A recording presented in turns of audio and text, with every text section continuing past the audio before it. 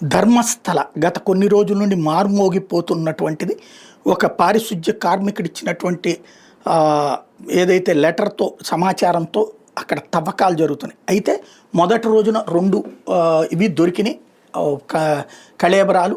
అవి అందుబాటులోకి తీసుకున్నారు. వాటిని ఇప్పుడు ఫోరెన్సిక్ ల్యాబ్ పరిశీలిస్తోంది. అది అటవీ ప్రాంతం కావడం, అదేమి శ్మశానం కాకపోవడంతో ఖచ్చితంగా అక్కడ ఎవరి ద్వారానో పాతి పెట్టించారన్నటువంటి విషయం. అతను నేనే పాతి పెట్టాను, వేరే వాళ్ళు పాతి పెట్టించారు, అదంతా చెప్తానన్నాడు. ఓ పక్కన అందరి అటెన్షన్ అక్కడే ఉంది. అయితే తాజాగా 7, 8 అంటే అక్కడ జోన్స్ కింద డివైడ్ చేశారు ఇతను చెప్పిన ప్లేసెస్ని.